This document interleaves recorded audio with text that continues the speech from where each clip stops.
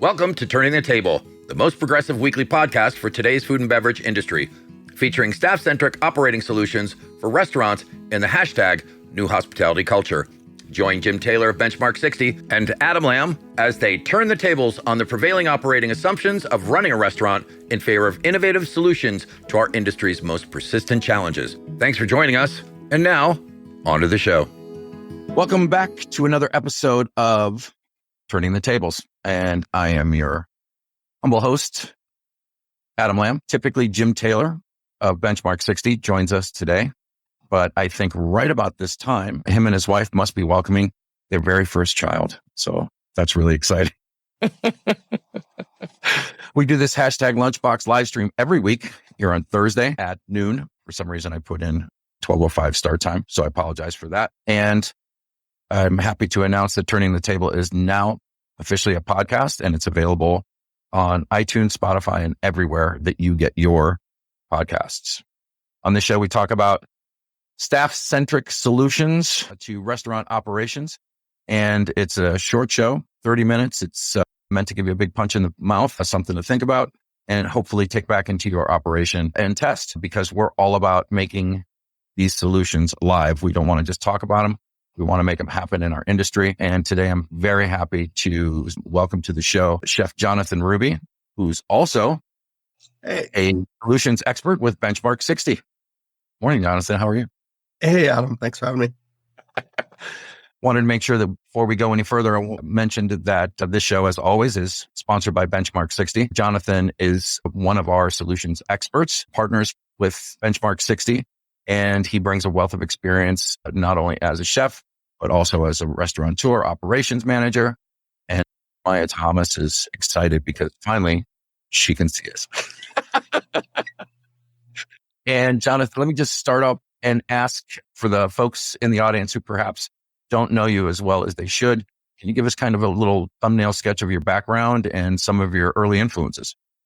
Yeah, sure. I'm fortunate. I grew up with restaurant business a little bit. My grandparents had a couple places when I was growing up. They had a pizza place. It was kind of like part pizza place, part convenience store. And then they also had a seafood restaurant, having been from Nova Scotia. So, as before I was even probably legally allowed to work, when I was like 10 to 12, I was bussing tables and washing dishes and helping them with prep. So I kind of began my admiration for the restaurant business, having gotten to see the culture, especially the culture in the kitchen. And they're all, a little bit like pirates back there. And it really did kind of solidify my passion for that. It just turned out I loved cooking. So at that point, I did work experience, got jobs in restaurants when I was in high school. And then at that point, I went on to Culinary Institute of Canada in Prince Edward Island here in Canada. And that was just that was a great experience. The first year was fantastic. I was really kind of ahead of the curve, having had that past restaurant experience. And so it really did it gave me a little bit of an edge. That's kind of what I teach a lot of the people. If that school I got to really maximize my education with my past restaurant experience, because when everybody else is still learning to brunoise their first onion, I hammered through that and then blow a pig's head kind of thing. So from there, I joined the Junior Chefs Association of Canada. I became an alumni representative for our school. I met Michael Smith, who's kind of a local Canadian celebrity chef. He used to do Chef at Large, Chef at Home. I helped him launch the very best of Chef at Home, his cookbook, as well as I helped him at the Athletes Village for the 2010 Olympics in Whistler, which was a really great opportunity. From there, I kind of just went on to work at a few Michelin star restaurants, notably Le Bernardin in Manhattan, which kind of pigeonholed me as a poissonnier for a little bit. But I was happy to do it. Love it. Love seafood. And I moved around from island to island. I lived in the Caribbean for a little bit in St. Martin. And then, I lived in Victoria, beautiful Vancouver Island here in Canada. I'm working at some high-end resorts and stuff. And then also, I did some globe trotting, trying to, test the waters of different Michelin star restaurants, and really kind of my pursuit of that ingredient knowledge and technique. Hofgang Glied was one of those places that really it kind of transformed my idea, my approach to food, and my obsession with bread, with that amazing bread cart they have there. So yeah, just a little snapshot. And throughout my life, I ended up here in Edmonton, Alberta. I actually came here to get shoulder surgery. Next thing you know, I'm a restaurant consultant. So it's been great. I did transition my career at one point. I had a daughter, and I realized that spending time with her and spending time with family was it became just as equally as important as my career. And my career was kind of, at the forefront of everything at the beginning. So and at that point I had started meeting some corporate executives for different restaurant groups and got into food development and kind of big picture thinking when it comes to the restaurant business, which then obviously had me question a lot of the things that we were doing. And, that's what segued me into the consulting business or working with Benchmark 60 was that the hope is to build a better restaurant world. Yeah. And congratulations on the birth of your daughter. How old is she now? She's 6. She's going in grade 2. She's turning 7 in October. But yeah, so it's been a little while. Isla, yeah. And previous to the show, we were talking a little bit and we thought we might discuss the demise of the toxic culinary culture, or as we're planning it in our crazy little ways. Do you remember in your career being kind of victimized by a toxic work culture? Or I know Canada is a much softer, sweeter place in a lot of ways. Yeah. I'm married to a Canadian, so it's constant conversation about, how different the cultures are between the United States and Canada. But I'm just curious if you could kind of reflect on culture within the back of the house environment that didn't necessarily seem so supportive. Yeah. Oh, I mean, the restaurant industry is not primarily dominated Canadians. So I think it's a pretty good mix of, different cultures and different backgrounds when it comes to how we approach culture in business. And so I've experienced it. It's that kind of that old adage where it's, back in my day or when I was coming up as a chef, they weren't that nice to us, which was true. Like I've seen a myriad of things. People were still throwing stuff around. This was kind of the heyday of Gordon Ramsay, really, where that was the culture. Like chefs they were hard ass and they had a hard line, and it was say yes, chef, and do it. And show up if you're not 15 minutes early or late. And some of it's not bad. Some of it's was character building. But I definitely experienced it. I didn't even know what the word meant. I was called Malacca for the first, as a teenager, and I didn't even know what it meant. That's what they called me in the kitchen, but it turned out they were calling me asshole the whole time. So it's unfortunate. It was just all that I ever knew at the time. But as I was coming up, it's definitely been a significant shift, right? Because the workforce is not willing to put up with that kind of stuff, and the way that we kind of suffered through it. Where do you think we draw the line between, say, character building and abuse? Well, there is no like line. It's just one or the other. It's not okay.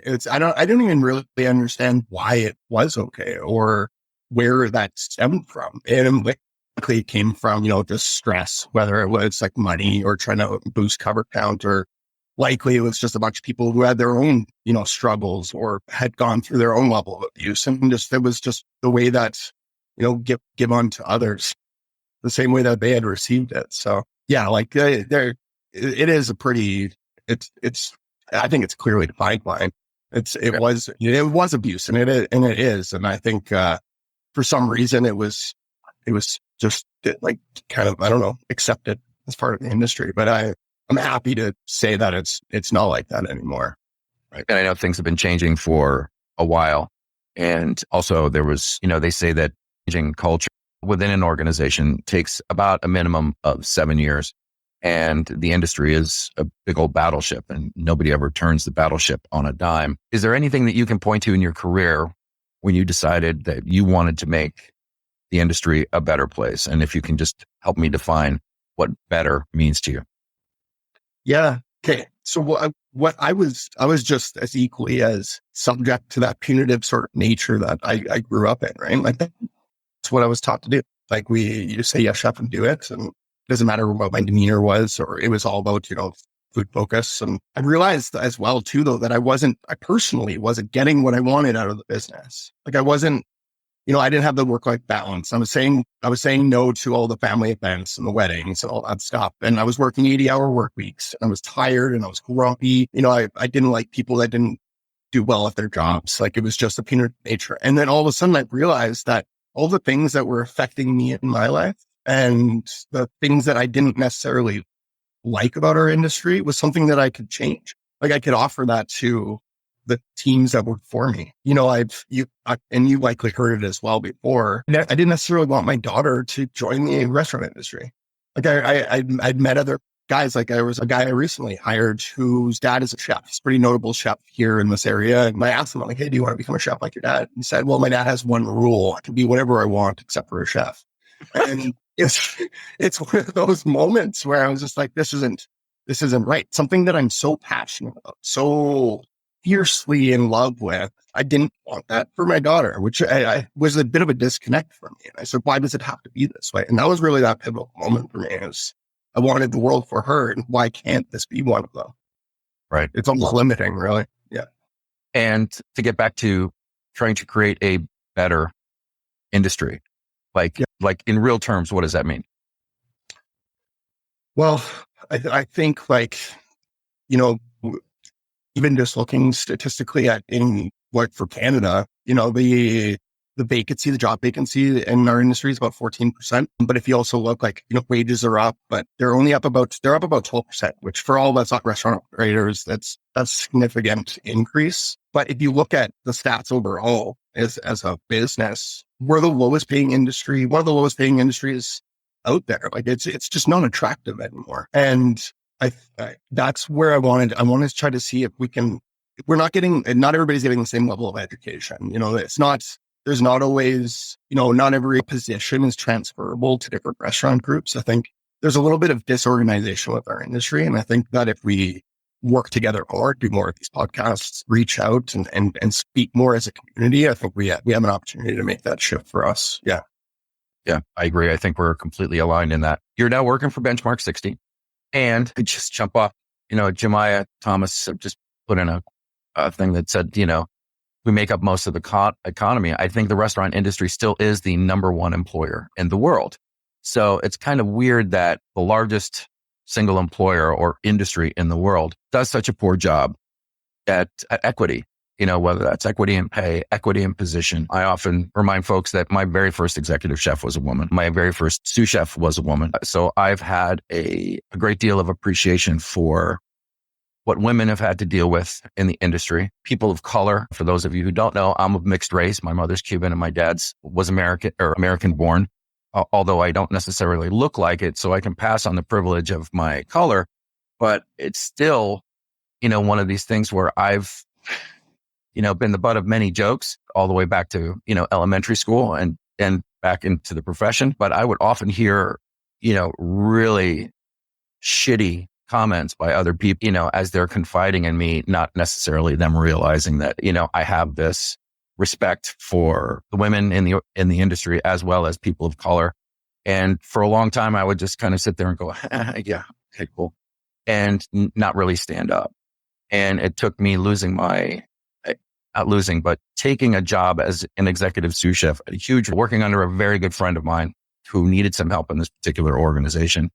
I hadn't been a sous chef for, 20 years, but not to have that mantle of responsibility as being the executive chef freed me up to do stuff like run around and have 1,000 conversations a day with people. So very often the chef would come in and he'd lay down the law, and then I would, walk back to these departments and kind of smooth everything over. And that's when I realized that communication is job one of our particular positions. And it becomes difficult when you're trying to communicate the same thing to maybe people of, certainly 2 different sexes, or now 3 or 4 different sexual orientation, all with their own history, all with their own family, because it used to be that all we did was hire a pair of hands, or a position on the schedule. Okay, I need a grill cook for Saturday. Who am I going to put in there? And I think now it's turning towards, no, we hire full functional human beings, and we have to deal with them at that particular way, because to not be aware of what's going on in their personal lives sets us up to be kind of deaf or tone deaf to same thing that affects us, So it being part of Benchmark 60, and I guess I just wanted to say that out loud, but being part of Benchmark 60, we're bringing a particular different type of changing the perspective of a lot of operators, chefs, managers, DMs, so that they start looking at their staff as assets rather than as debits to the bottom line. And as someone who's working with this productivity metrics, what have you seen insofar as the way that starts to shape an operator's viewpoint and how he or she starts treating their staff differently? Well, I mean, I know that's a big loaded question, dude. yeah. Where do I begin? The labor model hasn't really changed much. Like it really hasn't. It's been decades of the same 100 years, the same restaurant really model. And, it started with the brigade system, but like, where is the innovation been?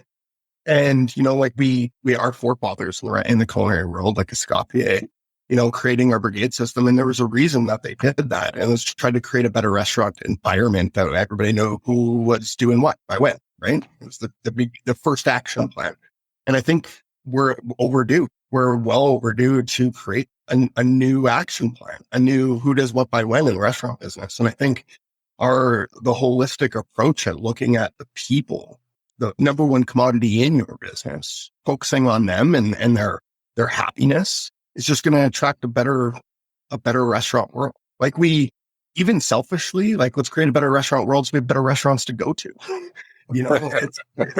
Since post-pandemic, it's the kind of running joke, like everything's just gotten a little bit worse, and it's because everybody is a little bit short-staffed, everybody's a little tired, everybody's stressed out, everybody's worried about money, inflation, all these things. And so the key is really just like remembering that it's not a grill cook, it's a person, it's the people that you work with, and you ask them what they want and find out how to get it, and just make a better space, better environment, somewhere that's attractive to work. And I think it's less of like, we're not doing them a favor by getting them to come work for us. It's the other way around, right? And we need them, or else we don't make profit. We don't have the business.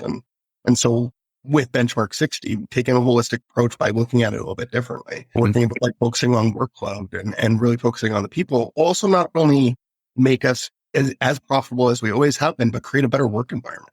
And then, with everybody crying labor shortage, you don't have to cry labor shortage. You get to keep the people that you have. And then they're out there telling everybody how great of a workspace they've got. And then that'll just attract more talent. And then everybody wins. Yep. I know Benchmark 60's famous tagline is retention is the new cool. And for those who are maybe not necessarily familiar with what that actually means, is that retention is actually focusing on retention is step one in creating a great workplace culture and community, but it also becomes a point of attraction for those out on the street that are actually looking for a place to be treated well. Now, everybody knows what happened during the pandemic. We lost millions and millions of jobs. Some folks went to other industries. Some folks did not come back. But, the Burnt Chef Project did a survey not too long ago that said that, 64% of everybody who left the industry planned on coming back within the next 12 to 18 months.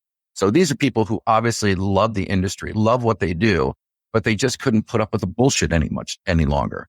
So first off, I think we got to say a big shout out, thank you to them, and for standing for what they believed in, because that has woken up a whole lot of people who perhaps were, again, kind of tone deaf to the cries or the demands of the associates when they were like, things have to get better.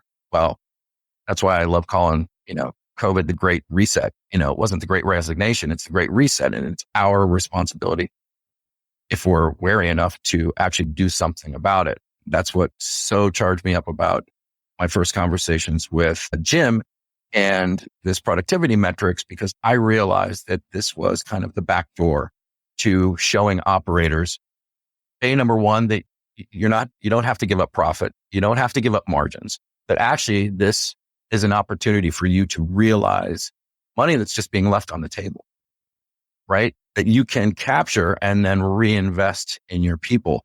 So I think that that's probably one of the most revolutionary things that I'd heard in a long time, and realized that a lot of the conversation around community culture and all that kind of stuff actually begins with management who are invested in really looking at their staff, managing their workload better, and then communicating that to the staff in such a way that they get it. Holy crap, man, this company really cares, because there are very few metrics for like, oh yeah, we really care about you. Oh yeah, sure. And now I'm just going to have to put my head down and just keep crunching again. So, because that's the only way to get through it. And I know that there are some folks out there in the industry who are going to listen to this and think it's all pie in the sky, right? Oh, really? You're going to give servers benefits, shit like this? Yes, you can. You absolutely can. If you can find that cash, why wouldn't you do that? Like, what would be, in your mind, an objection from an operator who wouldn't want to take care of their people better? Yeah. I think where some of it comes from is that like our own past experience, like when I was a line cook, I didn't get benefits. I made, $10 an hour. I worked ridiculous hours and I didn't get paid overtime. And I think some of that comes, some of the decision making from now, the now restaurant owners, is some of that comes from that past shared experience. Like why shouldn't this person have to fight to the top the same way I did? And it's just broken, really. Like that's not the way that our new workforce is going. They're not going to accept those things the same way that we did and unfortunately did. Right. And we just need to come up with new ways to make them happy, really. And in the end, it's just, it's one simple sentence. It's cheaper to keep the people you have.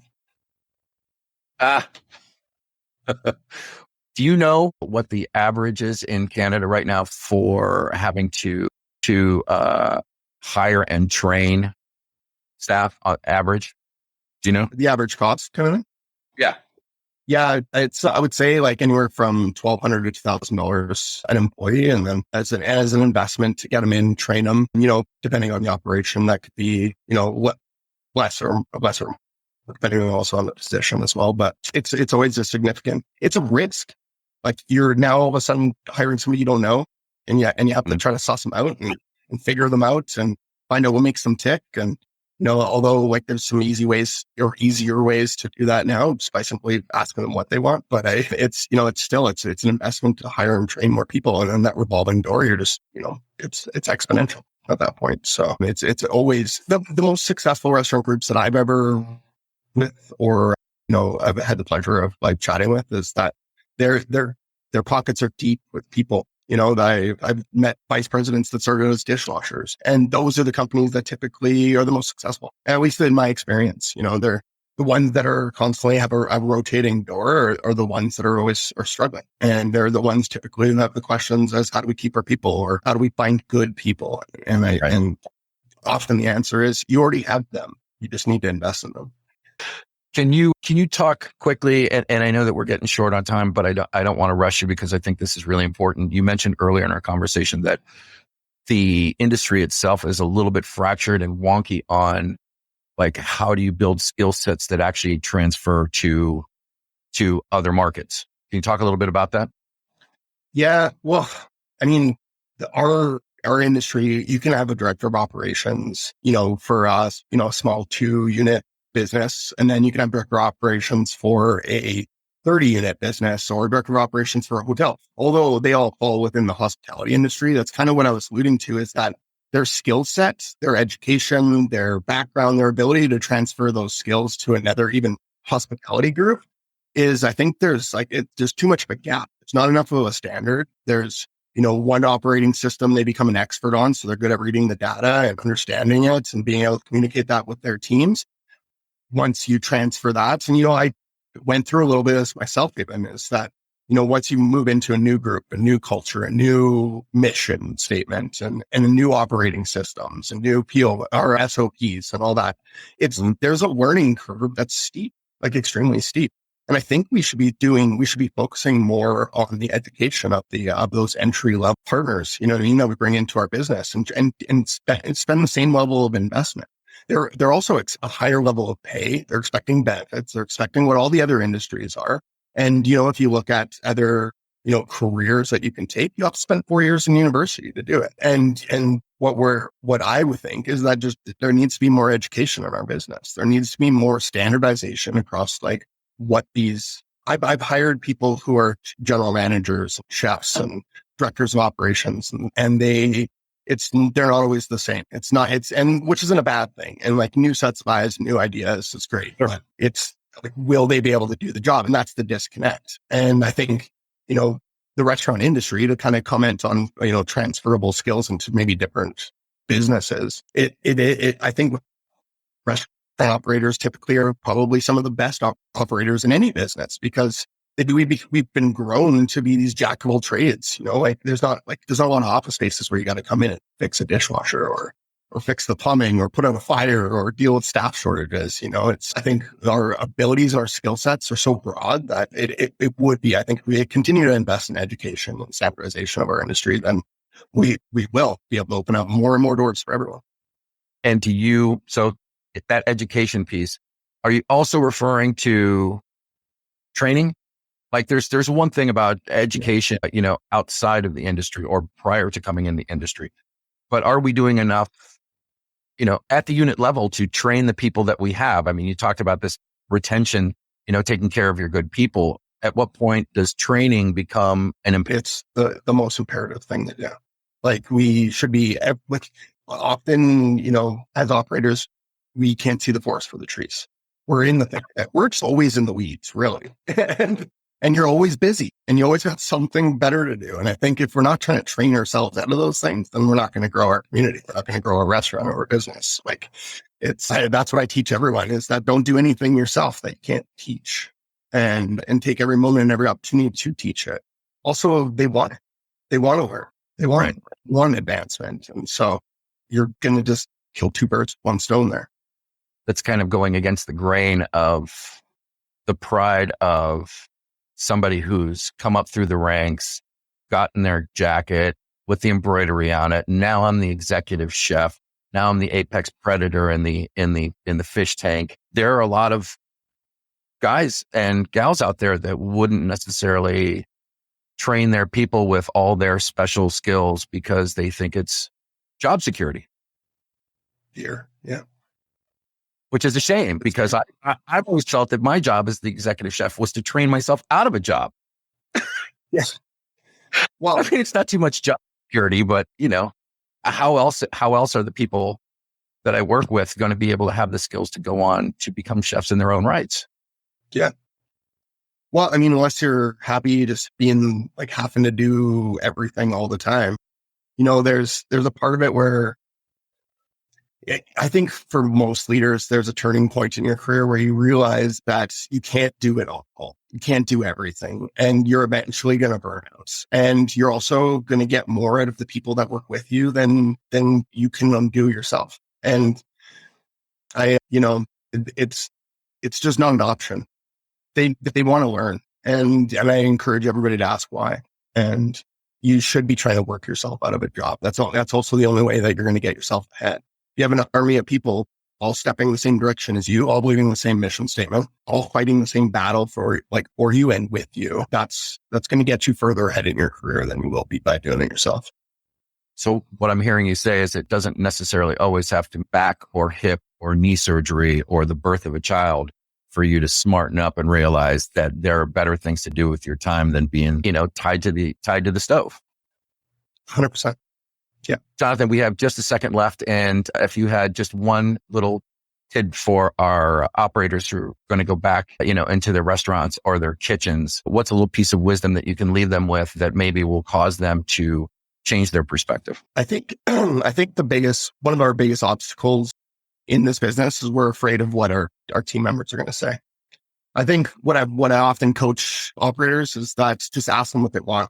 It's simple. Just go to them, ask them what they're looking for. Ask them what they like about where they work and what it is that they want of where they work. I think we're typically just too afraid of what the answer is going to be and not knowing how to do that. And I think it's, the more we have these conversations and the more that we, spend our outreach and connect with more people, the better we are at answering those questions and the less fearful we have to be about asking them. I think that's an excellent place to stop. And if someone wants to learn more about you and connect with you, how do they do that, Jonathan? For sure. Yeah. So you can find me on LinkedIn. I'm also part of the Benchmark 60 group. So you can reach me at jonathan@benchmark60.com or Ruby in there. Love to connect. Sounds perfect, man.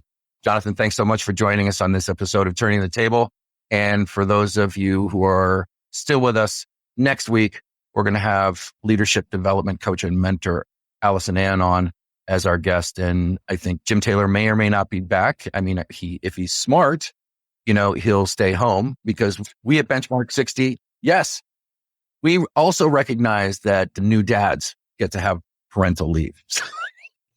We're on the cutting edge. Thanks very much, folks. We really appreciate you joining us. Please like, share, and comment, and we'll answer every single one. Thank you very much. Until next week. Thanks for joining us on this episode of Turning the Table with me, Adam Lamb, and Jim Taylor. This episode was sponsored by Benchmark 60. We're on a mission to change the food and beverage industry by focusing on staff mental health and well-being, by forecasting and actively managing workload productivity.